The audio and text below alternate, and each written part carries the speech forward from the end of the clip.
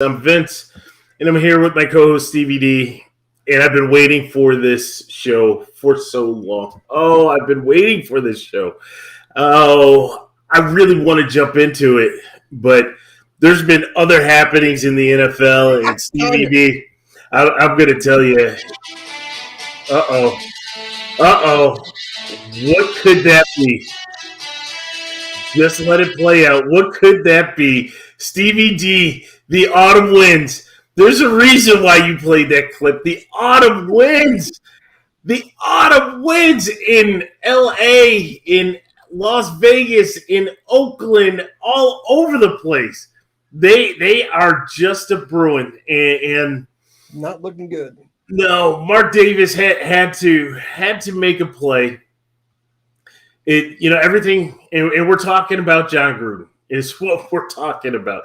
Everybody knows the story, right? The leak of the emails that John Gruden had with Bruce Allen there with the Washington football team. You had initially, it came out with the disparaging comments regarding DeMaurice Smith, right? Head of the NFL Players Association. And there were a lot of people, Stevie D. There were a lot of people that were calling for Gruden to be fired after the first email or those first set of emails regarding DeMaurice Smith. And the NFL and the Las Vegas Raiders, they all basically were in a posture of, well, this happened back in 2011. Nothing to see here, right? Gruden came out to the podium, had a statement. During his statement, he said, I don't have a racist bone in my body, right? He solicited friends, Tim Browns of the world, right, to come to his defense, to come to his aid, and say that this is a great guy, right? You didn't hear from Derek Brooks or Warren Sapp. Just saying, you didn't hear from those guys, right? But he went to his guy. Keyshawn. Well, we heard from Keyshawn after.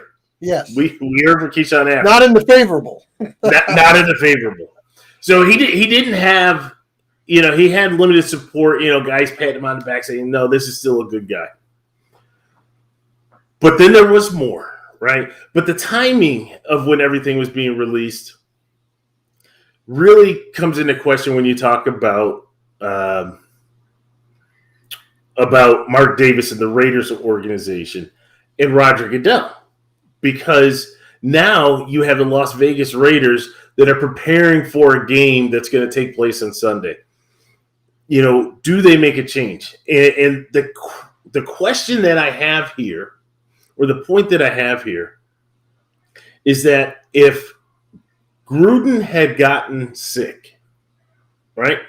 Say he had an emergency appendectomy, or say he had COVID, right? Say something happened that had to take him away at that 23rd hour. The Raiders would have then taken one of the assistants and moved them into the role of head coach for that game, right? They get better, John. If he's in the hospital, get better, John. Everything will be okay. They would have moved him out, right, and gone forward. The Raiders opted to leave Gruden in place to coach in that Bears game, right? All the distractions that are going on, right, and there was still more to come. But that was all off of the DeMaurice Smith email, right? Mm-hmm. And then the mushroom cloud exploded, right? And then you started hearing everything else. And I mean, when you go down through the list, and I have a lot of it, I'm not gonna repeat some of the words that were being used, right? You can surmise for yourself, right? But here you have obviously talking about, we said about DeMaurice Smith, talking about Roger Goodell, right? Calling a homophobic slur towards Roger Goodell, right? Using a female body part, right? A slang female body part for Roger Goodell, right? And you think about this. If I'm Roger and I'm hearing about this, his blood has got to be boiling. But why wasn't Roger's blood boiling before, right? But then Well, and that's exactly right. And then you had what he was talking about, former President Barack Obama, former Vice President, current President Joe Biden. You had his talks about Jeff Fisher, Coach Jeff Fisher at the time of the St. Louis Rams, right? You had his towards Michael Sam, right? You had towards Caitlyn Jenner. You know, he was mocking Caitlyn Jenner. You had now, these are all in emails that they're finding. You had about who's the DB Stevie D? Eric Reed. Oh, you had Eric Reed. Again, this list is going from. What about the cheerleaders? Well, not there yet.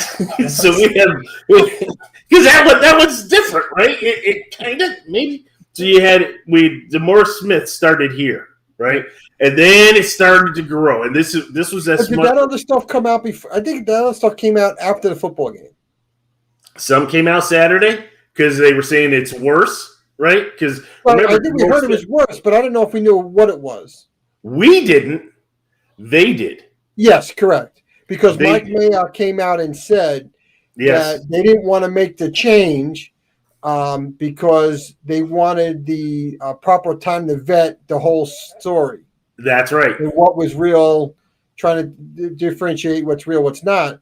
But why couldn't you suspend him with pay until pending that what comes out over the weekend? And that's what I'm saying. That's exactly. If he was sick, right? If he was sick, emergency appendectomy, COVID, whatever, he can't coach, then they would have made an alternative plan to have somebody on the sidelines, right? But it wasn't that big of a deal for them when it was just DeMaurice Smith. Then it started to grow, right? And now you got all this. On top of that, right? On top of that, to your point, he's sharing emails with Bruce Allen, right, that had cheerleaders that were topless. Forcing them to be topless in the suit, in a photo shoot, excuse me. Think about this again. Cheerleaders for the Washington football team that were topless, right? And then it all comes to a head. In Gruden's initial, no, I don't have a racist bone in my body. That was a mistake. Well, what was all this other stuff, right? That wasn't a mistake, right? This is what you do. When you look at the body of work, this is what you do. And then, obviously everything goes down. They decide that they're going to go in a different direction. I think their hands were tied, right? You talked about your former owner, right? Performing a sexual act on you, your former owner. And the guy that you're in the conversation with is backing you up in this, right? It's like, what is going on here? But I bring this back, and I'm going to let you talk for a minute, but I bring this back, Stevie D, because not only is what happened, right, just reprehensible, right? But when you think about Gruden, this has to be the dumbest thing in the world. The absolute dumbest thing. And I'll tell you why, but I'll let you go ahead. Go ahead. So there's a couple of things, right? So I think what we learned about John Gruden, that on the negative side, we talk about employers being equal opportunity employers, EOE. Mm-hmm. Well, he's an EOE when it comes to making fun of anyone and everyone of all cultures and all races and all this. I mean, he's just literally that big of a jerk.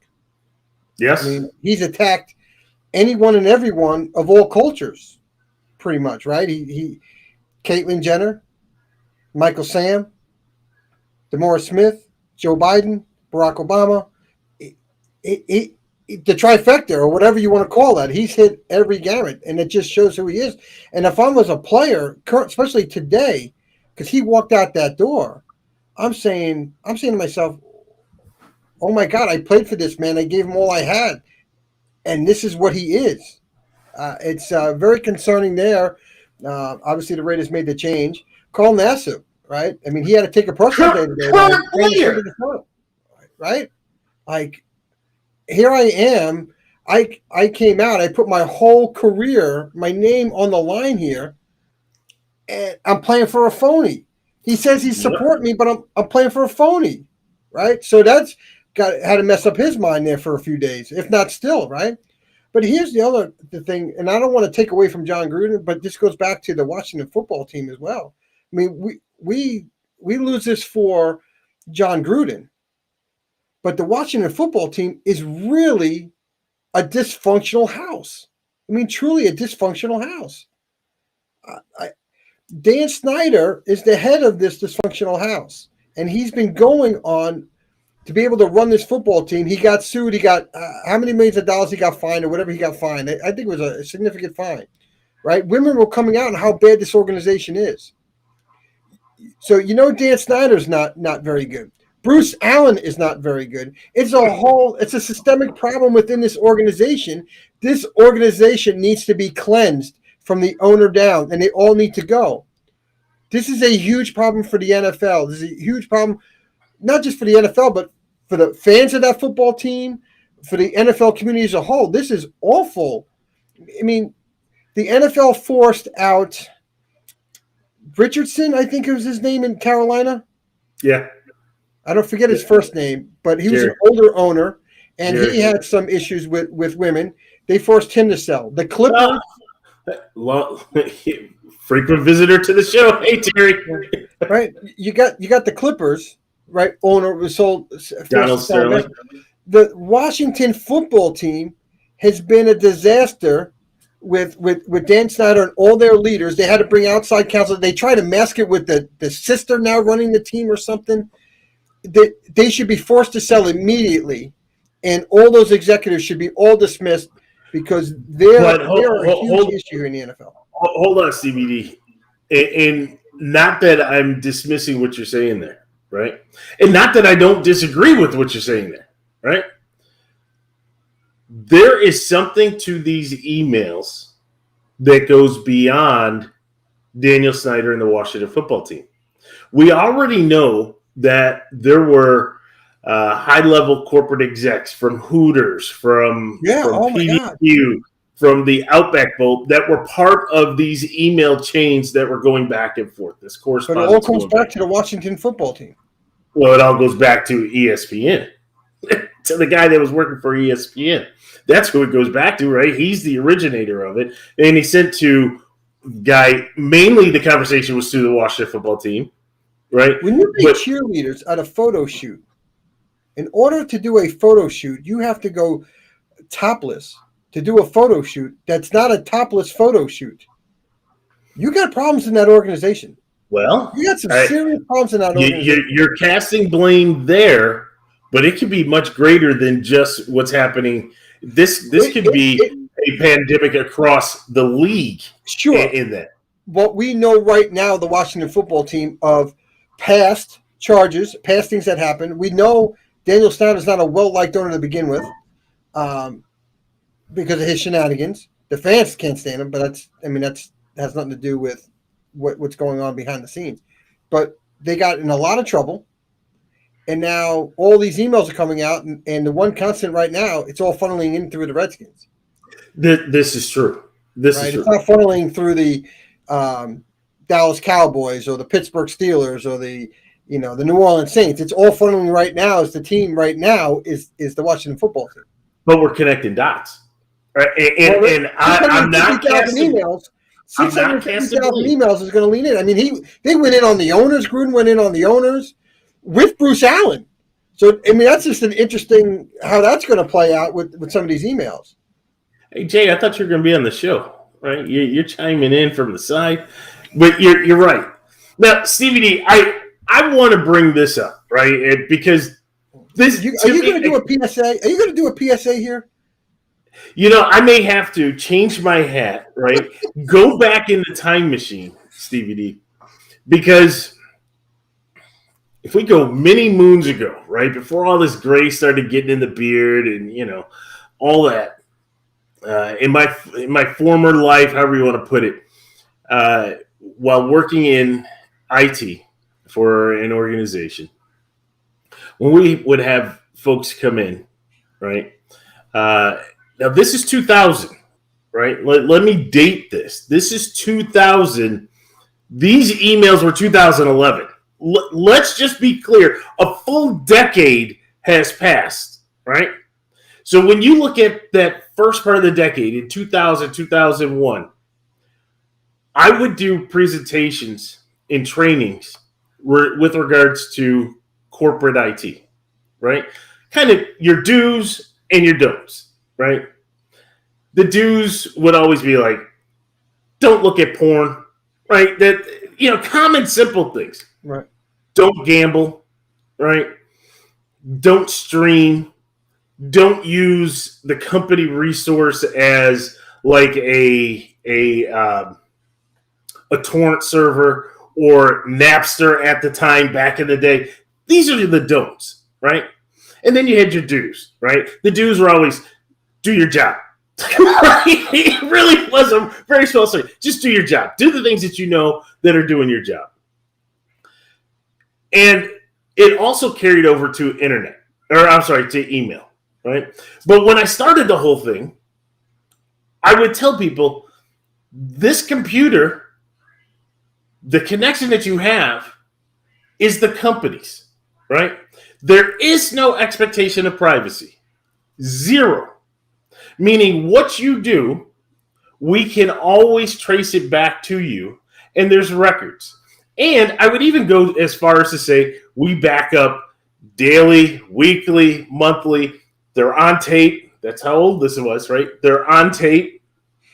And we put the tape in an offsite storage so that we have that for a period of time.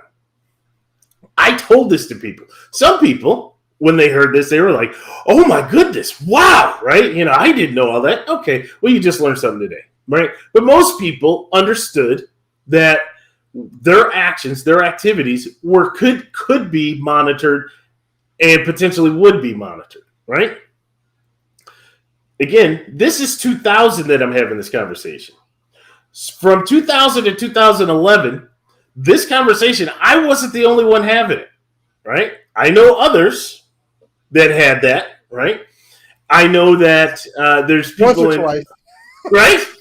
I know that there's people in other companies, throughout not only the state of Florida, the United States, throughout the world that had this same conversation. Plus, there would be little notices that you would see out on the internet when you're at home, that this site is being monitored or this blah, blah, blah, right? So and people would often have a conversation to say, I hate that Big Brother's watching me. Well, if you know that Big Brother's watching you, then you understand that there's, something that's being stored. So again, we go back to the do's and the don'ts, right? In email, right? We'll start with the do's. Or maybe we start with the don'ts, but be professional, right? Be courteous, be responsive, right? Hold on 1 second. Hold on. This PSA is brought to you by Official Word Sports. Right? But these are the things. These are the do's. It was very short, right, of what you had to do. The don'ts, on the other side, don't curse, right? Oh, yeah. Don't be abusive. Don't bully. Okay, now, again, these are all obvious things that you think when you're using a corporate email. Do not send any type of pictures, especially sexually related pictures. Don't do that. Don't save them on your hard drive. Right? Don't use anything that could be deemed racial, homophobic, anything in that light, right?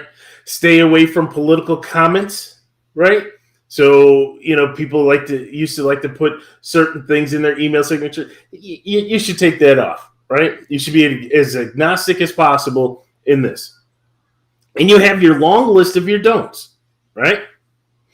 And people went through that. Most people said, oh, yeah, I already knew that, but, blah, blah, blah. And you just went on. What John Gruden did was he looked at the list that said do and said, no, I don't need to worry about that, right? Let me look at the side that said don't. And went through every single thing you talk about in the don't and put these in the emails that he was corresponding with Bruce Allen. On Bruce Allen's work, now they haven't confirmed because Gruden at the time was working for ESPN, so they haven't confirmed the origin of the emails, whether or not they were at his .espn.com. We don't know, but we do know that he was sending to Bruce Allen. Which hindsight being 2020, if I'm Bruce Allen, WTF? Why are you sending this to this email account? But and let me take it a step further. Right? Could have said, dude, what are you doing? Right? Not this one. Send it to Bruce.Allen@gmail, and they could have had conversations to their heart's content. Right?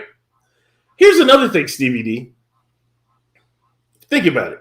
When they say when you commit a crime, right? They always say commit the crime by yourself, right? So that nobody else can talk. Right? What he did was he engaged. You commit the crime and you whack everybody else that was involved. Well, the Tony Soprano style. Yes, you can. yes, you can. I was thinking Goodfellas myself. When they all started spending the money, they all got whacked. Well, so sidebar. I'll get back to that just because I'll forget this. Stevie D and I, we converse all the time. I call him up. It was no more than 30 seconds into the conversation. I'm like, ooh, I forgot why I called you. And it goes on. Now, because I reached a certain age, that has expanded. Not that I remember 5 minutes later, but it's like 5 days later that I hit him up. Hey, Stevie D, I got to say this because I'll forget it. Didn't see many say. Yeah. And so now. I can get it like I got a text today. It says, oh, I remember. That's exactly what it was. Oh, I remember what it was. But here's the problem. Now I remember Many Saints, right? So now I've been throwing out Many Saints. Anyways, going back to this. When you commit a crime, they always tell you don't include other people in the crime because those are the people that could eventually and usually always lead to somebody getting caught in the crime that they've committed, right? Somebody's got to talk. There's too much risk that's out there. If this is what you thought, John, right? Sending this to somebody else in something that's going to be stored is the dumbest thing in the world that you did, right? Because if you ever had say this didn't come out, but say you and Bruce had a falling out, and say you got really nasty. Bruce could pull up the email. Look what I got from John. Right? Yeah. Maybe there was a no-knock warrant, similar to what that appears to be what happened here. There's a no-knock warrant, and they come busting in, and they're like, we want all of these hard drives, we want all the backups, and we're going to start reading. Guess what? It wasn't on yours, but you were caught on theirs, right? Stupidest thing ever. And the fact that he is receiving the backlash from some, not all, the fact that he's receiving the backlash, I have no problem with it. I have a problem with those that have condoned it, right? So he gets taken out of the Bucks Ring of Honor. I have no problem with it, yeah, right? Because you did something that is just utterly stupid, right? They're not taking away the Buccaneers Super Bowl victory. They're not taking away the fact that your name is on the trophy and that, you'll forever be in the record books, right? They didn't Reggie Bush you, right? But they did take you out of the Ring of Honor. Now, there's another reason why they probably were so quick to take you out of the Ring of Honor is because they saw their name listed in the email, right? So that's probably that right there. Right? that may be why they acted so quick. Because, it was like that. Bam, gone. there's the announcement. But at the end of the day, if you are siding with Gruden, then you're complicit in what he's saying, right? And there's no reason to be, right? You may have certain feelings on who should be president. You could have certain feelings about the LGBTQ community, right? There's all these different things that you can have your opinion, and that's what makes this country great, is that everybody is entitled to their opinion, right? It's when you start to act on your opinions. It can be very small and innocuous as just in an email, or it can be full-fledged where you're doing something, very violent. You're a phony. But you are a phony. But, because you have your opinion, that's fine. You don't act upon it. And the stupidity of you acting on it is the cause for the backlash that you're getting. And that's what people have to understand. More than what his opinion was, it's the stupidity. And that's what happened. So, yeah, those are my thoughts on that. We could go on and on this DVD because the story's not going to the tip of the iceberg. This is not going to be the last time we talk about this, right? You are absolutely right. 650,000 emails or something they said. But what's interesting, and we really didn't touch on this piece, is so Adam Schefter of ESPN, right? Yeah. He's come out and apologized. But when you're talking about somebody in the media, he sent a story that he was typing up to Bruce Allen to edit and say, is this accurate? Change what you want before I publish it. Like, that is a pretty big deal that you allowed somebody from the outside, if you will, to modify your story to how maybe they wanted to change a narrative to the story. Would he have let it go through? I thought that was an interesting scenario. So you had said this to me earlier, either today or yesterday, with regards to Schefter, and I was like, "Oh, how did you get that one?" Right? So, but out of that one, what's very interesting, and what I'm trying to understand, there's two things, right? First is he sent an advanced copy of the story to Bruce Allen. Yes. What did Bruce Allen do? They didn't say, or I haven't read what he did with the article. They just came out because in the email that was sent to Bruce Allen, it was the comments that he wrote in there, Mr. Editor. Go in and put, change whatever you want, and if I have something incorrect, go ahead and put your thing. And Bruce Allen could have put anything in, right? And it may not have been true. Now, I don't know if that happened or not. I don't even know if he actually ran with the story. The disturbing part was the email that he sent to Bruce Allen that was reviewed, that came out, whether Adam admitted to it. Adam admitted to what he did. How it got released out to the public, because the NFL has stated they haven't leaked anything. That's right. This is all coming from others. That's right. And so, and I can believe that as much as I don't believe the NFL, I don't think the NFL wants this to play out in the public at all, because it makes them look very dysfunctional. I think through that, it goes back to what we said before. We know about PDQ, we know about Hooters, and we know about the Outback, the guy that's in charge of the Outback, plus Bruce Allen. That's it. But just like when there were other owners that were part of the solicitation when they were talking about concussions, when they were talking about the protests, when they were talking about some of the different players, right? There were other owners that were part of that. Thank goodness this predates Terry Pegula. Oh, thank goodness, right? But we know that, in straight speculation, right? But some of the comments that you heard during, when they were trying to get little sound bites, Jerry Jones was very vocal, right? Robert Kraft, very vocal, right? Could those names be part of emails that were sent? We don't know. And again, I'm as I say this, I have to reiterate, we don't know for a fact. So we're not out here trying to slur or demean anybody. Right. But those are the ones that when we had situations that were going on, we heard from them. So potentially they can be names on some email that Gruden had where they were on the 2-line or the carbon copy line. Who knows? This is really bad. If they don't come out and be transparent with in the public, this is going to have a really big backlash to the NFL. Really big backlash, because they're hiding, and that's not a good look for the NFL. And but that's what they do, isn't it? Right. That's but what they I do. think this is one that when it keeps happening, I think at some point you hit and people are going to push back and say this is just unacceptable. Like, we are not going to take this. Well, you have to protect the shield. You have to protect the shield all they want, but now if pressures go on sponsors, do sponsors start pulling out? You don't know. I don't know. NFL's a big business, right? Well, this is where you see the value of the dollar. Yeah. Right. By far, you see the value of the dollar. When I look at this one, Stevie D, I think that the NFL right now is in a 24-hour session of damage control. Yeah. I think those phone lines are popping, right? I think they are trying to get to the bottom of this. Is there going to be a whistleblower, right? That's the term we're using now. Is there a whistleblower in there? Is there an anonymous that is in there, right, that's leaking these emails? How far and how far will it happen? What's the reach?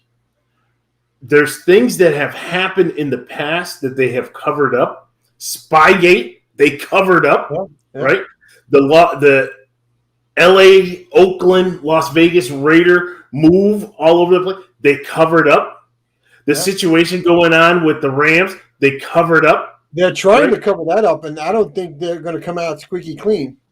And you're exactly right. And there's things along the way that they have been able to cover. Hell, maybe they will unlock Playmakers, right? And we'll figure out why Playmakers got canceled because that was the greatest show ever. Yeah. But they covered it up. There are can you see the U.S. government jumping in and trying to hold the lid off on that? Well, you got the antitrust, right? They've been trying to hold tight on that whole antitrust, which is a whole nother show we need to have. They've been able to hide behind that shield, right, and kind of stay separate from any other type of court.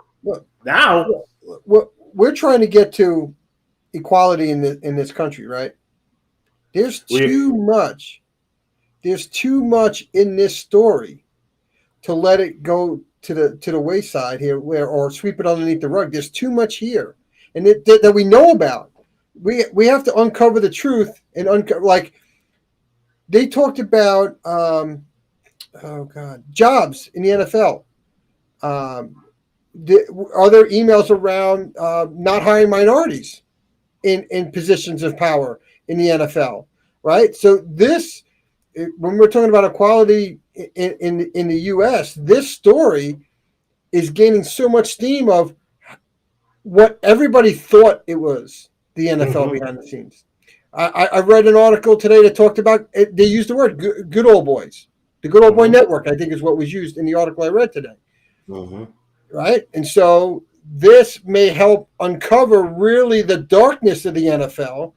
And if we want to uncover the darkness of the NFL, we may need some assistance from a higher power to help flush this out, to really find out how bad this really is. Right? Because we've seen, we know qualified candidates not getting jobs of head coaching, presidents of organizations. And I think there's some emails that I think people are alluding to in there that talks about that.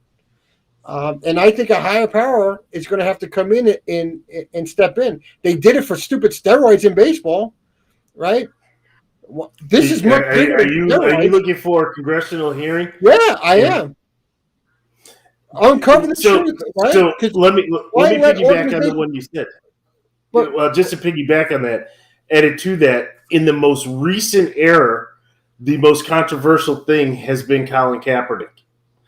I absolutely 100% agree with you that there are emails in there with the commissioner and with others that deal with Colin Kaepernick that would be damning to the NFL and to the Shield, especially on the heels of the lawsuit that we know that they settled, and the NFL never settles a lawsuit. We know that. And Kaepernick walked away, no matter what the dollar value was, he walked away as the winner because they blinked. And to your point, and I'm sorry, I just want to jump in with that. To your point, you are 100% that there is fear of there is there now, right? I think it's owed to the fans of the NFL that truly uncover what's going on here. And is the Washington football team just a tip of the iceberg with other organizations? I think we got to find out the truth and flush this out, right? We want to talk about how do we get to a spot. When you think about it, how many owners in the NFL are minority owners? So I all of a sudden, see, this is Stevie D. This is what you have to look forward to. When you get older, right? Things will happen and then things click in your head. Something just happens, right? This is all part of getting over that certain milestone, right? This is just what happens. So as you were saying that, what pops into my mind? Jack Nicholson. You want the truth? You can't handle the truth. Except for few good men. Yes, it just popped in my head when You're you right. were saying. Could we handle it? Can we No. handle it as a nation? Can we handle it? Probably No. not. But if leagues can force owners to sell a team, like the Clippers and the Panthers being football Panthers and Clippers being a basketball team, we have to get to the bottom of this because, look, I think we all NFL. We all know it's there. Stop trying to hide it, right? Really, at the end of the day, we all know it's there. Do we need a congressional hearing? I guess we do because that's the only way to prove what we already know, that it's there. Personally, I think a congressional hearing would be a waste of time because I think they're only. I'd like to see Goodell sweat. I want to see him sweat. It would be nice to see that. I mean, I guess you could use that for a little posturing, but he's going to read just like Zuckerberg did, and he's going to read off of a prepared statement. And you know what? Everybody looks at Zuckerberg and says, "What a jerk!" And everybody. Well, we already say that about Roger. We already say that. Yeah. As soon as you destroyed those tapes from Spygate, I was done. I want to see when he lifts up the arm. I want to see the stains. Oh, right, he's sweating. He's sweating when he was doing Monday Night Football. All right, Stevie D. Yeah. I knew this one was going to go long. I really did. And this is going to continue. And we may have to just dedicate like the first 15 minutes for the update, right? Because there's going to be so much more. However, what were you doing Sunday night? I was watching a butt whipping. That's what I was watching. I know what I was doing Sunday night. Woo! No. Man, I'll tell you, I know you're going to have your time, so I'm going to make you suffer here a few more minutes here. Go ahead. I have to tell you, I'm not a Bills fan, right? Obviously. But I tell it how it is. I don't care if it's a team, it's a rival, a team in my own division. But at the end of the day, you have to speak the truth. And the Buffalo Bills are by far the best football team in the NFL. Yeah, let's slow down. No, they are. Slow I know you want to slow that roll down. They're playing good ball. We take it one game at a time. They're playing very good football right now. Right. But when you look at all the teams in the NFL right now, and I'm not trying to disrespect the Cardinals because they're the last of the unbeatens, but if you look at the on all sides of the ball, I think she wore you down. I think she wore you down. She may have worn me down, but in all seriousness, well-rounded football team are the Buffalo Bills. What's the key? The key they have to stay healthy and all this to run the way and play good football at the right times. But right now, I look at them and I said, I thought they were going to win the football game. That I think they were going to win the football game like that. I don't care. People can talk about both teams played in the weather. Both teams had to wait, right? You can't use excuses because both teams played in. Both teams came in healthy, right? And you guys just laid a butt whipping. It was a butt whipping. I don't know how else to say it. We weren't completely healthy. We're missing one of our key starters on defense. Milano was out. Yeah, Milano was out. I know he's out now. I didn't realize he was out for that game. But he was out for that game. AJ Klein came in. Just a butt whipping. And I'll tell you, the one kid there on that team that's impressed me lately, Zach Moss, the running back. The running back? Yeah. He looks like he's a big dude. But that boy can run. Holy cow. I didn't realize how quick he was for being such a big running back. Like he seems cocky to me. He enjoys contact. When you watch him run, he can go left in a wide open field, or he can go right, and there's the DB sitting there. He'll go right to run over the DB, right? He just enjoys contact. But Stevie D, there's a couple things, right? I have to talk about. So we have the Sunday night crew: Al Michaels, Chris Collinsworth, right? Your boy. Let me start with this. Al was kind of on his P's and Q's this week. Right, I do not like Al, and I just laid the foundation and let you make a decision for yourself, right? And you came back, you're like, oh, yeah. He's got a thing against Buffalo. He does. However, this week, Al said, let me just take a backseat. And Chris, hopefully I have taught you everything. And you can go ahead and now fill my shoes. Because Chris Collinsworth must be getting paid by the Hunt family or whoever's tied to the Kansas City Chiefs. I try to be impartial, right? You obviously you want to hear good things about your team. But I do not expect to hear the announcer of a nationally televised game talk about how a defensive end is twisting the ankle of the quarterback and, ooh, that's what you want to do if you want to keep – what? Yeah. Oh, my God. I'm glad you called that. I was watching the game. I'm like, what is he doing? I was totally perplexed by that. I mean, cheering him on with this. You don't do that. We're missing that in the NFL today. What? Who does that, right? Chris Collinsworth, I guess. That was bizarre. I'm so glad you called that out. Yeah. Again, age is creeping up to me, and I totally forgot about that until you mentioned it, because I remember going down. I said, I literally shook my head like I'm the only one watching the game, and I'm turning my head. I'm like, did he just say about turning his ankle? Yeah. What good could come out of that in any stretch of the imagination? Absolutely promoting it. I'm right. And listen, it didn't get past me, nor did it get past Bill's Mafia. As you started to look at Bill's Mafia, right? Everybody's like, what is this guy saying? Right? You listen to the other things he was saying. Patrick Mahomes walks on water. But haven't we seen that through the years with announcers, with Brett Favre, Joe Montana? You've had certain players that no matter what happens, they're gold, right? But I will say that in the past, right, this modern day of the broadcast booth is horrible. I'm just going to put it out there. It doesn't matter if you're on Fox, CBS, ESPN, NBC. It's horrible, right? You and I talk about, and I really want to go back into a time where I had Madden and Summerall, where I had Cricky and Trumpy, right? I'll even take Dan Deerdorf, right? I'll take those guys back in the day, right? Because the games that they called, right, were great games. Dick Enberg. Give me Dick Enberg. Dick Enberg, that's the name. Dick Enberg. But Dick Stockton and Dick Enberg. But give me those guys to call the game. I loved listening to them. They had the great voices of the game, right? That's how they became legends. But they also knew how to call a game, right? They knew how to keep the interest, right? I kind of think back in a baseball sense, right?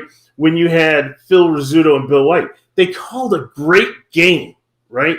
And there's the others that called great games in baseball, which is why they were legends. But this new group for the NFL, this ragtag bunch of guys that they threw up in a booth and they say, oh, well, you have a big name and we're going to put you in there and you're going to be – these guys are horrible, are absolutely horrible. And as I said, Al Michaels took the side seat, right? He was sitting in the sidecar and just let Chris Collinsworth go. So, I wanted to put that out there as I continue to talk about this game, right? The officiating was absolutely horrendous. It was almost to the point where there used to be a meme that was out there for the Patriots, right, that showed the officials lining up before the game, and all of a sudden they had a Patriot logo on their crest. Right? Because everybody knew that they were going to call it for the Patriots. When I watched this game, and I challenge any Kansas City Chief fan to come onto this podcast and let's talk about the series of events, right? So here we go, Stevie D. Late in the game, right? Buffalo has the lead. A little bit of momentum for Kansas City. Buffalo's backed up. Josh Allen escapes. Runs to the sideline, runs to the side, gets the first down. They call holding on Mitch Morse, the center, right? You go back and you look at the play because they show the highlight clip. Even our dear friend Collinsworth was speechless, trying to find a way, and Al Michaels trying to find a way to say, well, there was something maybe there. There was nothing there. The guy put his hands in his chest, released it. He was done, right? Nobody on the offensive line was holding, but the officials, because Buffalo got that conversion there, then all of a sudden, there's a penalty flag that comes out. But just like in hockey, right? Not, for I know this is a football show, so sometimes we don't have hockey listeners. Of course, I'm a big Sabres fan. But just like in hockey, when there's a bad call, what always happens a few minutes later? You got to make a call. There you go. And I believe that's exactly what happened on the next call, even though it was a legit call, right? Because on the very next play, obviously there was no holding. They threw the flag out there, penalized Buffalo, stopped the first down conversion. They go back. Allen goes back to pass, makes the pass, and then is driven into the ground, right? And he goes by his shoulder, body weight going down. By the rules, in the definition of the rules, that's a flag. It's a legitimate call. It came at a bad time because it was an incomplete pass, but it also gave you a first down, at which Buffalo then proceeded to go down the field and go and really ice the game, even though the game was iced, to go and ice the game.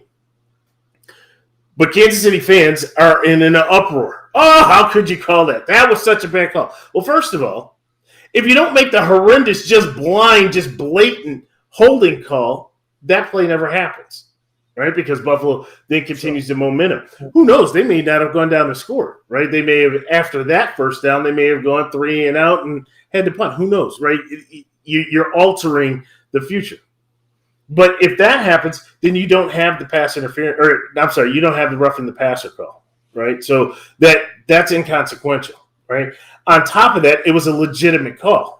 Right? Not because it worked out for Buffalo, but because by the letter of the law. So I don't want to hear that from Kansas City. Kansas City wouldn't complain about penalties. Let me tell you, up and down the field, Tre'Davious White's called for pass interference when the ball is like 10 yards past and 10 yards high from where Kelsey can catch the ball. But they want to call pass interference. What happened to uncatchable? Sean McDermott's running up and down the sidelines talking about uncatchable, right? Then you have, and I ask this all the time, it's not just in this game, right? It's in almost every game. Please help me understand.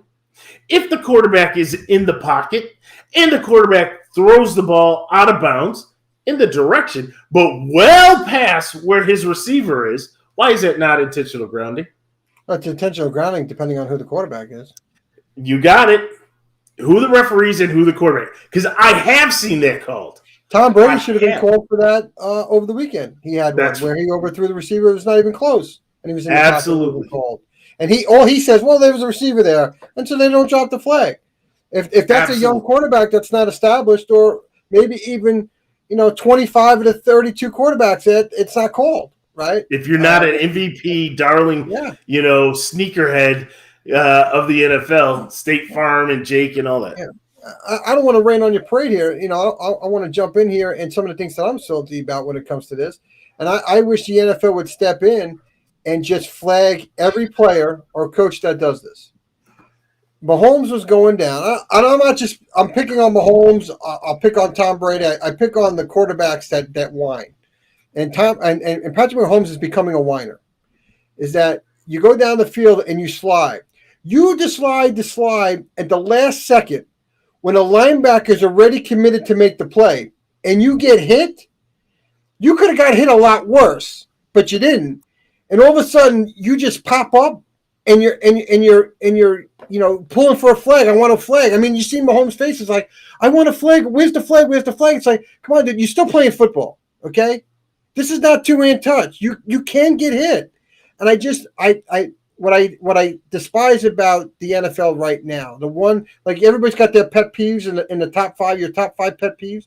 My pet peeve is players let the refs ref without saying it's a pass interference call. Oh, right? Yeah. right? Any incomplete Everybody's saying, and so what do the refs say? Yeah. Oh my God, did I miss it? Did I miss it? And they throw a flag, and you're just like, look, I've had penalties go for me, and I've had penalties go against my teams, right?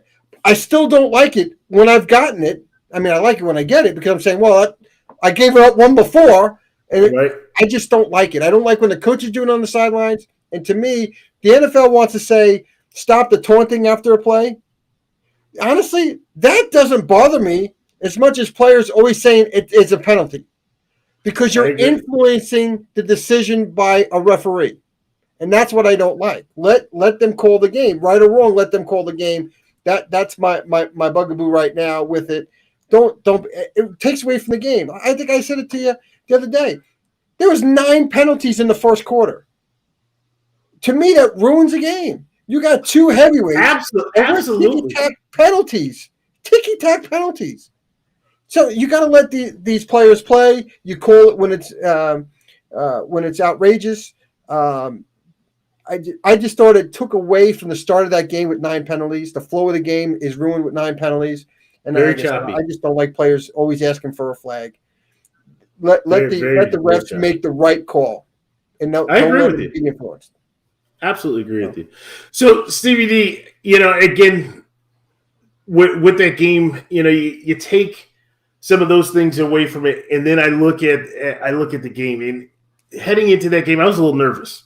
I really was, because you're going to play in Kansas City, and I'm going to tell you, playing in Arrowhead is not fun. Right? Is not fun. You would have thought I was part of the organization calling you for the weather recap. Yeah, so what's it looking like, right? I don't have any money. Now I know why. Now I know why you were asking me about the weather. Yeah, what are we talking about? And you're like, well, I'm looking outside and there is a cloud overhead, but I'm like, well, I am 20 minutes away from the stadium, so it's like I don't know. It could be a huge rain cloud over there. It was one of those things where, leading into this game, it was so important on so many levels. It was important for Buffalo to kind of avenge, which I think is ridiculous, avenge the AFC Championship loss. Different time, different players. The outcome is completely different, right? That one would have led to Buffalo going to the exhibition game. This one just leads to Buffalo having a 2.5, 3-game lead over Kansas City and maintaining, top seed in the AFC. After week 5, right? Settle down, people, after week 5, right? But that's all that really did. But it was important for that. The other thing that, with this game and looking at everything was how has Buffalo's defense improved to be able to take on what the league would call maybe a juggernaut or a top-rated type offense, because we saw what they did to the Washington football team. Tyler Heineke, he's good, but he's young. Sorry, Washington football team. Miami Dolphins, Jacoby Brissett. Now, it started off with Tua. You and I both feel the same way about Tua. So it started off with Tua, ended with Jacoby Brissett. All right. Then you go down to Houston, and what is it, Davis Wells or whatever the kid's name is down there. Right. There's no Deshaun Watson. Laid it on them. We get it. Pittsburgh was an anomaly. They played well, but it was an anomaly. So the defense, by the numbers, looks phenomenal, right? Looks better than the 85 Bears. The defense is great, right? And I get all that. But now let's see what you look like when you play against, a former MVP, when you play against a runner-up for an MVP at tight end, when you play against the cheetah, when and you have all these different weapons. What are you able to do on the field now? We also knew, though, on the other side, the defense is just atrocious. We also heard not your problem. We also heard that they rebuilt this offensive line. The way that they talked about rebuilding this offensive line, it was better than the Cowboys line back in the early 90s, or it's better than the Hogs that the Redskins had. Yeah, right? Their offensive line was rebuilt, right? You bring in an all-pro guard and Thuney from the Patriots. You trade for Orlando Brown from the Ravens. You draft Creed Humphrey to play center. right? And you got the 2 linemen coming back that were on the COVID list. So you do have a totally different offensive line than you did from the previous year. So you got 5 new guys on that line playing. And I say new, 2 are coming back, but Sure. they didn't play last year, right? So they all got to learn how to play together. You're right. And I was one of them that said, wow, that offensive line, look how improved that is from the previous year. I still think it's improved from last year, but I don't think it's anywhere near the caliber that I think everybody thought it was going to be. And you're spot on. But what that was, and I still need to have that test. I need to have that test. That's why I'm saying to my Bills Mafia, to the Bills fans that are out there, enjoy the ride. Just be careful, right? Because we saw a defensive line that really was not changed. There's been a couple changes. Started with Toulier, right? He sat out because of COVID. He's a key factor. Tampa always wants to talk about Vita Vea and when he was hurt and how when he came back, how he's a game changer. Well, we got Starr, right? Does the same thing. Able to take on the double teams, clog that middle, force the running back to make different decisions. Next thing you know, sliding into a gap, you have players there. So I get that. But we also have 2 rookies, right? You have Greg Rousseau and you have Boogie Basham, the Wake. So you have those 2 guys that are out there, right? And so now, and then you have AJ Epinesa.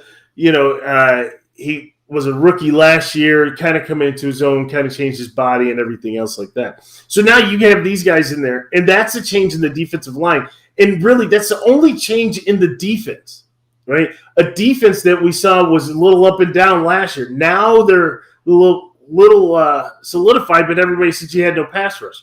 Well, what we saw was, again, taking steps. And that's what part of Bills Mafia, that's what we need to see from a Week 5 victory is taking that step, right? Going up against a much improved offensive line, but a team offensively that was much better than who you've played over the first 4 weeks. And you still manhandled them. You still controlled the game, right? Yeah, they may have put up a few more points than some of the other ones did, but you controlled the game. It was no longer going to Kelsey over the middle because you had the pressure of the front 4 that you weren't able to get last year, allowing you to let your back 7 now sit into a zone, play basically like a Tampa 2 safeties sitting deep, not allowing Hill to take them deep or to ride them off, allowing your linebackers now to come up or even that nickel corner to come up and be able to put pressure and cover Kelsey. That's what you do. If people want to say, well, the game plan or the blueprint's out there, that may be all well and good. But in order to execute, you have to have the pieces. Sure. And guess what? We now have the pieces. And having that is now a point where you can be hopeful in what we do. Who's your tight end? Dawson Knox. I'm glad you brought that up. So Dawson Knox, I just want to let Dawson, thanks to you, here in the Kansas City area, the Kansas City fans have opened up a GoFundMe page to buy out Daniel Sorensen's contract, the safety, because he let you No, go he didn't let him. downfield by yourself because you decided to come up, and Knox went downfield and was wide open for the touchdown. And so, and this is legitimate. This is a real thing. There is a GoFundMe page that they're trying to collect money to send to the Kansas City Chiefs to buy out Daniel Sorensen's contract because the fans are fed up with the way he's been playing defense. It has to feel good. Tough crowd out here. It has to feel good. So here's the interesting thing with Dawson Knox, and I'm glad you brought that up because that was one of the next things I was going to. I'm here for you. You could be your age. I'm trying to help you. He's off to a phenomenal start tonight in the ability to maintain. Like his knock was that he couldn't hold on to the ball. Right, that was his knocks on knock. Right. So what we've seen this year, though, it almost seems like either the light went on or something happened. And I'll tell you what happened. Right. This offseason, a bunch of the tight ends got together for tight end U. Yeah. I think Tebow helped him, right? Didn't he say Tebow gives a lot of credit to Tebow? No? A bunch of the tight ends got together. for tight end U. And as they got together, Kelsey and Kittle, and there were a bunch that were out there, and obviously Dawson Knox, right? They're sharing war stories, right? They're sharing, best practices on how to do things, and they just worked and they grinded all together, right? And when something like that happens, being in that situation, seeing the people that are getting it done, sometimes you're like, oh, that's what I, maybe I hold my hands like this, right? It's just different things that kind of just trigger. And now you see the results of tight end U, where Dawson is playing phenomenal football. Phenomenal. To the point, did you hear Cole Beasley's name? No. Have you heard Cole Beasley's name? I haven't heard Stephon Diggs. Well, there's another one. Emmanuel Sanders. Compared to last year, it's been Sanders, and it's the Sanders Knox show. Absolutely right, which I'm loving. It's a law firm of Allen, Sanders, and Knox. Because that's what you've been hearing. Because what it is showing, and with Diggs is taking it in stride. He knows he's going to get his. He's still there. He and Sanders are separated by a couple catches, right? They still get their targets. Beasley doesn't. Well, you wonder. Beasley does it, and I really am curious, and I don't know if we will ever find out, if Beasley's offseason, different than Dawson Knox's offseason, is contributing to his lack of targets and production on-field plays, because his numbers have dropped drastically. Now, obviously, there's only one football. Diggs is still going to get his targets, right?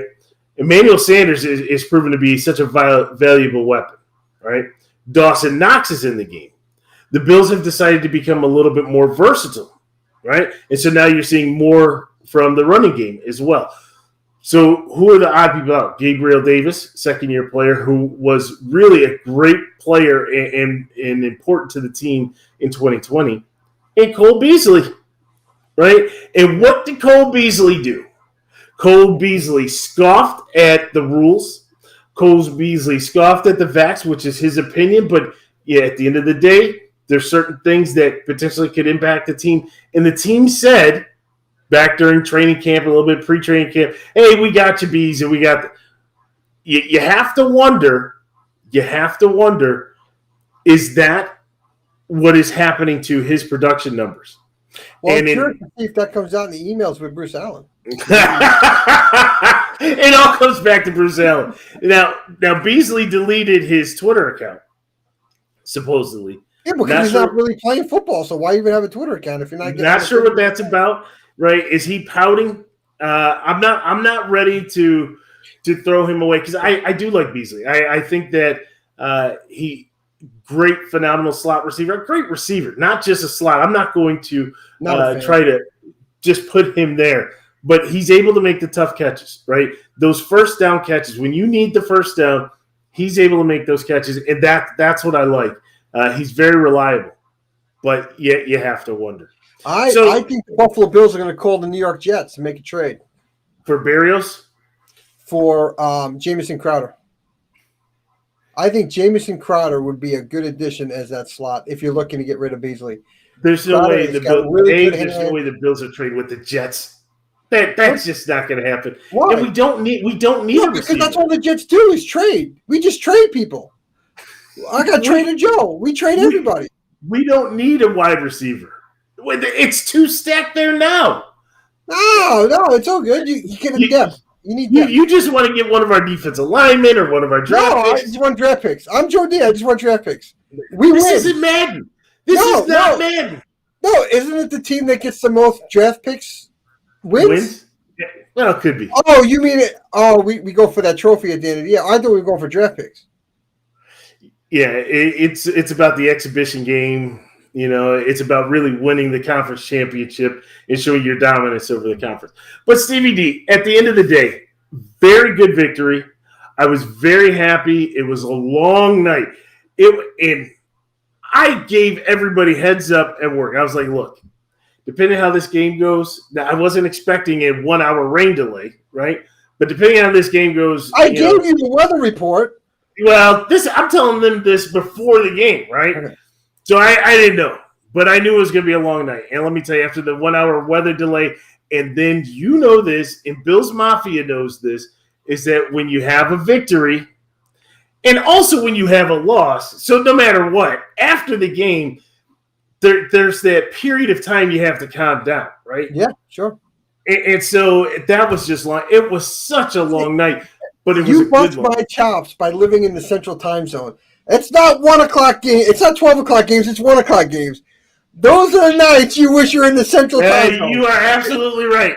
Because when 3 o'clock in the morning came around, and I was just like, man, that was a great game.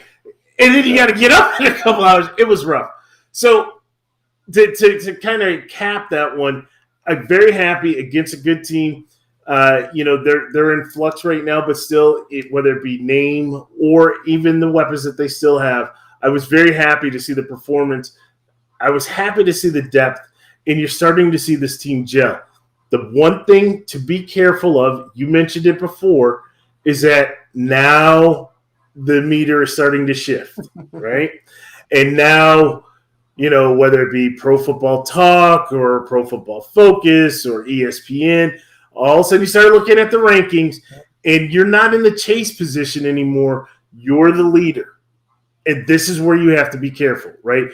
It's very early in the season to be the leader, right?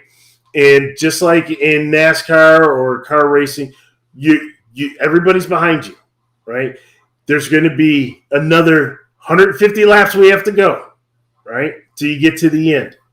And it's how you and that pit crew are able to work together, right, in order to make sure that you maintain that lead and cross the line in that checker flag. And for Buffalo, what that means is stay away from bulletin board material.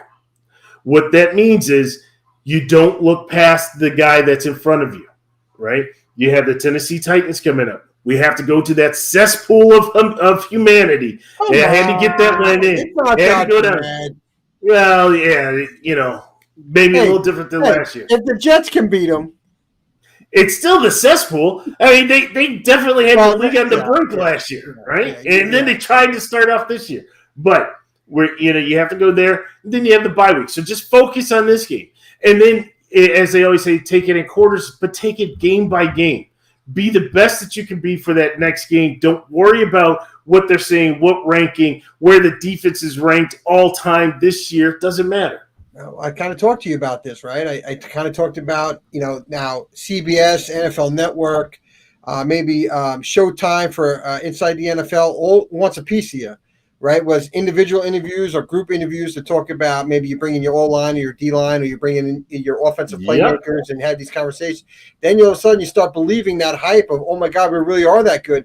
And how many times have you seen it from an NFL team that really hasn't gone through that attention, all of a sudden starts getting all this attention because you are the one, and does your focus shift just a hair.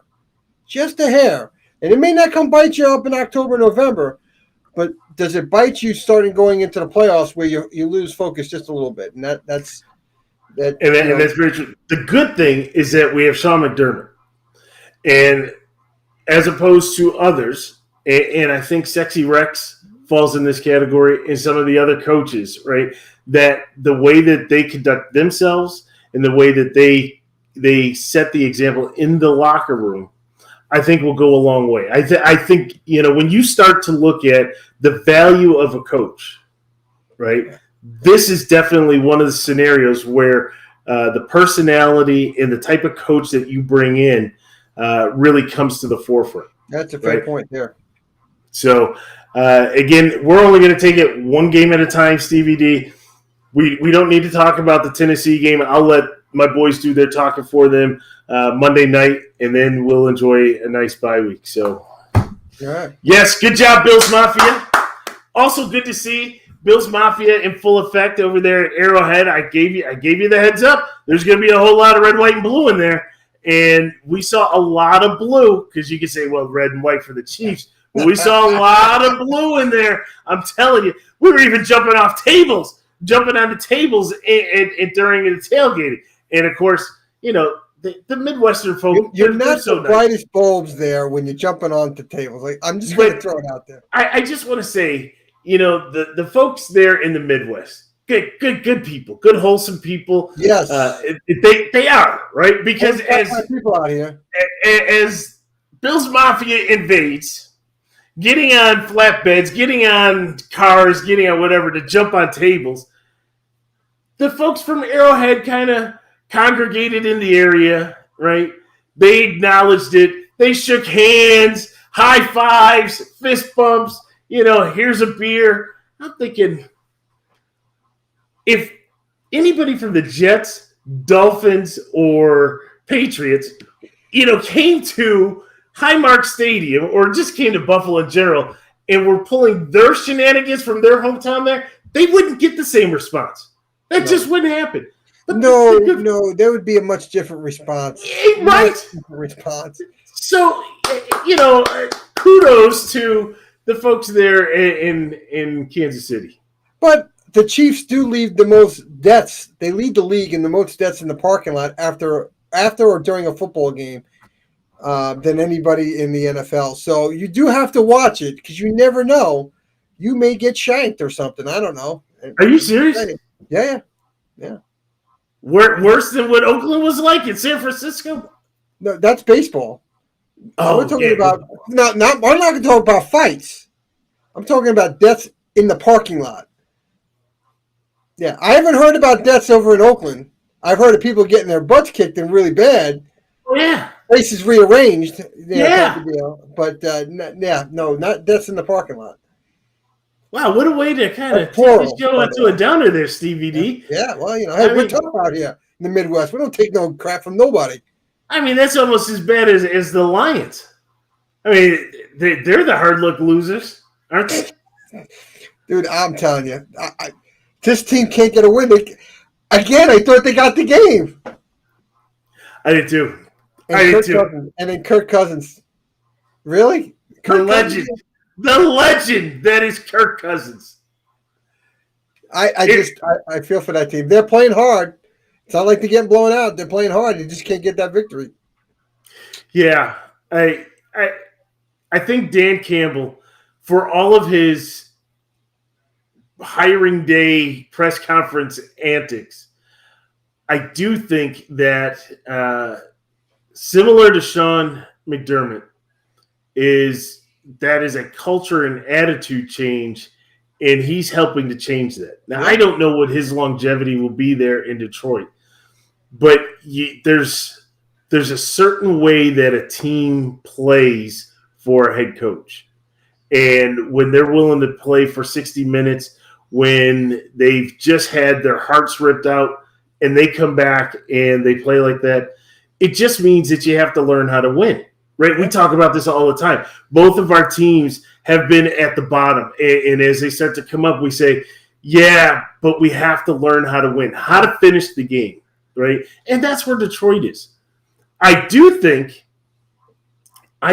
for Detroit that even though Rod Marinelli was saddled with that 0-16 type thing, I do believe that he was instilling that type of attitude there. The problem is that they didn't learn how to win, and then the team decided that they had to move away from because of 0-16. And then you kind of regress, right? The whole new regime, and you go back. So think about Rod Marinelli for a second. I got to cut you off. Yeah. You're going to like this. Rod Marinelli, my paisan, paved the way for Hugh Jackson to survive an 0-16 season. Because if Rod didn't come first, Hugh Jackson would have been fired after the 0-16. Oh, Stevie D, why did you do that? We have been so derelict in our podcasting duties to bring up Hugh Jackson. And you opened the door. You opened the door, so I could not. So Thank you. Rod helped Hugh Jackson to survive an 0-6 because Hugh Jackson is the only coach to ever survive an 0-16 season and come back the following year. So thank you, Rod, for being the first one to do it and saying it's okay. Coaches, we made a mistake. The next time somebody goes 0-16, we'll let them keep their job. And that was Hugh Jackson in Cleveland. Oh, look at Terry. coming at you, Stevie D, coming at you. But hopefully for Dan Campbell that when you will continue to see the improvement by the Lions. Yeah, in this day and time of parity, all these teams need to kind of come back up, and I'm hoping for the Lions there. Plus, I know some Lions fans, and one guy said, "I'm done. That's it. No more football for me." And I understand. I understand, right? Another guy just said, "I'm not watching it anymore." I get They're it. watching. They're watching. It's hard to give it up. They're watching. They're watching. There's no doubt. No, I don't watch. Go! No, I wasn't watching that. So, Stevie D, what else do you have for us? I know I took it. The reason why we talk so much on this, because the last show, somebody wanted to just leave me with the closing credits.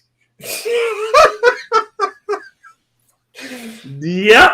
What can I do this week against the Chiefs? You were going to have your time this week. Honestly, I really don't. There's nothing to say. From Jetland, it's you got to continue to grind, continue to figure out ways to get better, and we got to get off to better starts. It's pretty sad, but we talked about this before, and I just read an article that finally somebody came out and said it was Steve Young actually that came on the Michael Kay show on ESPN New York, and he says the reason that he believes that Zach is struggling right now and LaFleur is struggling, more LaFleur than Wilson, is the passing of Greg Knapp. He said, Greg Knapp taught me. That's what we said. Right. And he's just kind of reiterating because when you asked me that, and I said my biggest thing is LaFleur doesn't have that seasoned veteran. When you think of Knapp, has worked with so many Hall of Fame quarterbacks in his career, and he's helped them. And so here they had the idea of bringing in Knapp as a passing day coordinator, really help LaFleur from the next row up. That, hey, did you think about this? Hey, think about that. Now you don't have that. And literally, he's got nobody in the organization that can help him when he's slumping or game planning. And I think exactly a little bit of that. Hold on. And no disrespect to Greg Knapp and his passing, right? But this is business, right? This is business. So when you lose him, right, you think going in, we have the proper staff assembled, right? That's what you're thinking. Yeah. I know it was untimely, and I know it's sad, but when you lose him, the Jets still had to prepare for Week 1 preseason. Sure. Why are they not out there scouring to find somebody who can come in for 1 year to be the mentor? Yeah, maybe I don't have that answer. And to me, I don't know. The Jets are too cheap. To me, that is not on Greg Knapp passing. That's on Robert Salah. Well, that's on the Joe ownership, Douglas. Joe Douglas. You have to fill it. You have to fill it. Just because he's gone, well, you're going to let this kid dangle out there? Yeah, I can't answer the why he's not replaced.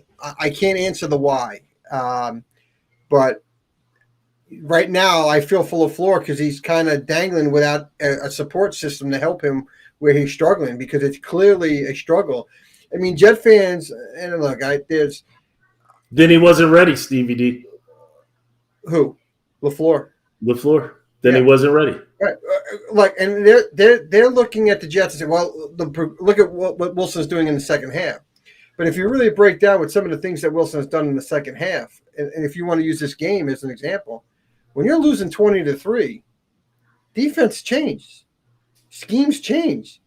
All of a sudden, it's a lot easier to make that pass, right? So you're getting yards. Like he was 19-32 on Sunday, and I saw a post that somebody put out there. If he completed 5 more passes, he was at 75% completion. That's great. But where was he in the first half? Mm-hmm. Right? You can't go into halftime with 60 total yards. It's not a recipe for success. The defense is playing their heart out, but at one point, the defense was out on the field. The snap ratio was 33-6. You can't ask a defense to survive that right? And sure, the defense got to get off the field, get all that. We had some penalties that helped. Some were legit, some were not. And it's like, dude, we have to figure this out offensively because it's not working in the first half, and you're getting down, like I said, so deep a hole to start the second half. It's easier to come out of that hole. It's easier. And I looked at what oh my God, the Falcons did out of the second half. I'm not going to be honest with you. Just as a football guy, I'm saying, what are the Falcons doing? Just because you're up 20-3, you're totally changing your defense. It just went right down the field, made it 20-10, 20-9, because we can't kick the extra point. And I'm saying you totally change your defensive game plan to come out the second half. Why would you do that? Well, that's what we did back in the suit. That's what we did back in that exhibition game. That's just what we do. It worked out so well for us in that exhibition game. It's just, they have to figure it out. You're right. The Jet organization is failing LaFleur, ultimately Wilson. You didn't replace the late Coach Knapp, and it is what it is. But there's nothing really from a Jets perspective that I can say good about it. There was nothing, to me, redeeming in that football game. We have to make up our mind who's our running back. Michael Carter seems legit.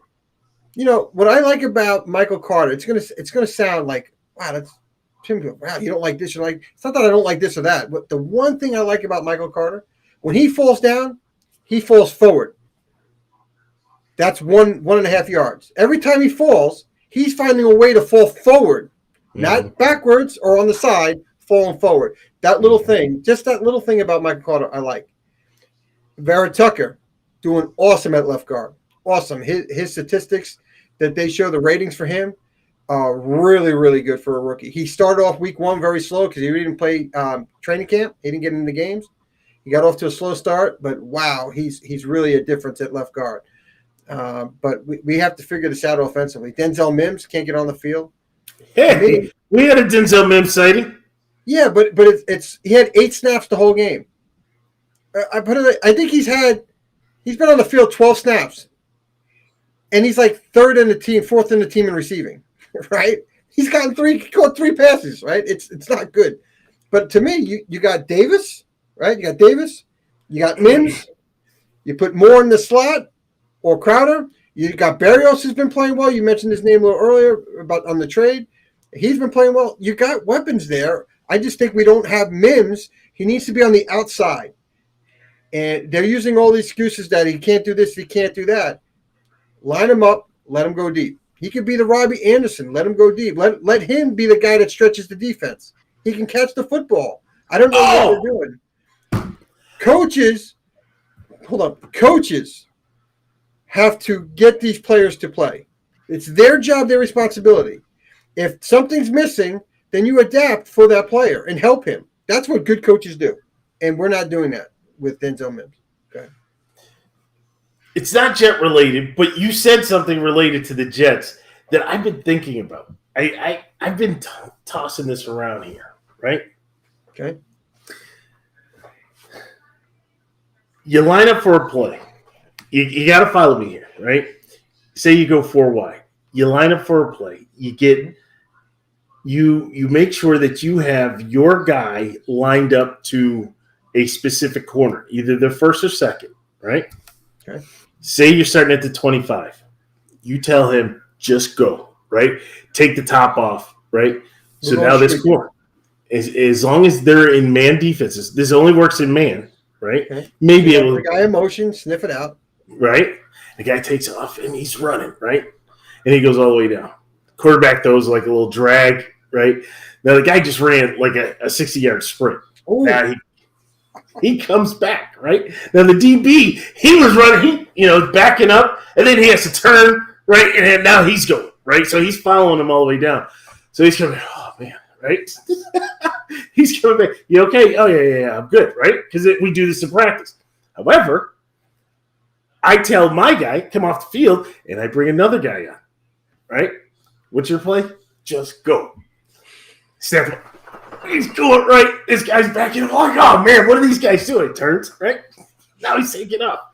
So now he comes back. Now, it may be second down, third down, or you may have gotten 2 first downs right bringing him out. Now, This guy's coming back like hands on hips, right? Bent over, just like, I think I need a blow. They may not give him a blow, right? If you're the number one corner, right, they're not pulling you out. Maybe the two or the nickel, but they're not pulling you out. Now you bring in your guy, right? Now you bring in Diggs, or you bring in your guy, whoever it is, Elijah Moore, right? And then you sit in the huddle and you're like, okay, this time we're doing it, right? And then he takes off, right? And the DB's just like, here we go again, right? Now, again, this only works if it's man. It only works if it's man. But now here he's going, well, he's not like this, right? He's like, come on, man, slow down. You got to hope they stay in man all these plays for that to happen. It only works if it's a man team. Have you tried this in Madden football to see if it works? No. But just think about that. When you were talking about Mims going deep, I've been thinking about this. Like, I wonder because I think I saw some plays, and I'm just like, you got these guys, and they're coming back, and it seems like we're being very nice. Hey, we're gonna huddle, and we're gonna do this. Oh no, just sub right in. That don't give that guy, just like boxing, right? You get a full minute to recover. NFL, you get 40 seconds to kind of recover. No, you're not getting that. We're getting to the line. You're lining up. You're sweating. You may fall down and say that you have a cramp or something like that because you've been running back and forth so many times. I'm just saying these are things. This is Bill Belichick. I'm getting inside the head of Bill Belichick. I knew you liked him. Right there. Yeah, absolutely. Well, Stevie D. You got. I didn't say anything today about your guy. I'll leave it alone today. This was good. Obviously talking about your Buffalo Bills for an hour, so it's all good. It's therapeutic. But talking about John Gruden and everything that's going on with that, as I said, we might as well just carve out 15 minutes to every show because there's going to be something that's going to come. I mean, when we finish here, I'm sure going to be something that's going to be posted, and there's going to be more information. Getting rid of him is not getting rid of the cancer. It's not. Yeah. What you said earlier is the cancer, and that is where they're operating as the good old boys network. That's the cancer, right? Where they don't believe in inclusion, right? They have a problem with the female referees. They have a problem with everything else that's going on in there. And this right now, you've just opened up, right? That's all it was. You just opened it up to take a look inside. Yeah. And it will be interesting to see what happens, whether it be because of antitrust, because of, just trying to maintain the shield, whether it be because we will truly see who controls the NFL, right? We've always made this statement that there was a handful of owners that really controlled the NFL. Jerry Joneses of the world, Robert Krafts of the world, the Davis family of the world, right? We knew that there were those players that were out there. And really it's that new generation.